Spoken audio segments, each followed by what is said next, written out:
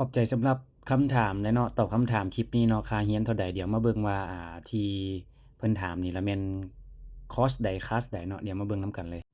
เพิ่นสนใจตัวที่เนาะตัวนี้ตัวก็คือแม่นเรื่องการเรียนการตัดต่อเนาะตัวนี้เนาะใช้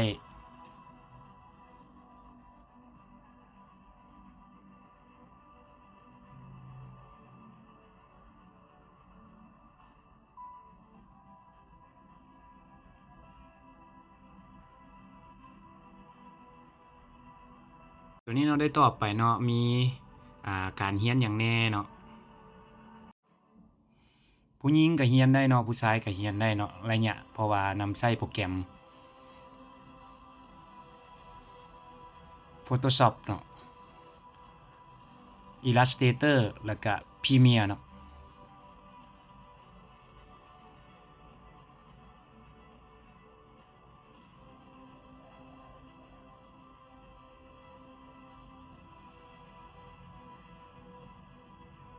ก็สำหรับผู้ที่มีเวลาเนาะก็อาจจะเรียนเป็นโปรแกรมใหญ่เนาะนั่นก็คือพวก Photoshop พวกIllustrator แล้วก็พวกPremiere เนาะแต่ว่าถ้าว่าบ่มีเวลาเนาะก็เลือกช้อยที่2นั่นก็คือเป็นเอไอเนาะซึ่งใช้คำสั่งเนาะในการเฮ็ดออกแบบแล้วก็ตัดต่อเช่นเดียวกันเนาะและถ้าว่าสนใจเนาะก็สามารถอินบ็อกซ์มาที่เบอร์ได้เลยเนาะนั่นก็คือตัวที่ขึ้นไว้ให้อยู่นี่เนาะขอขอบใจ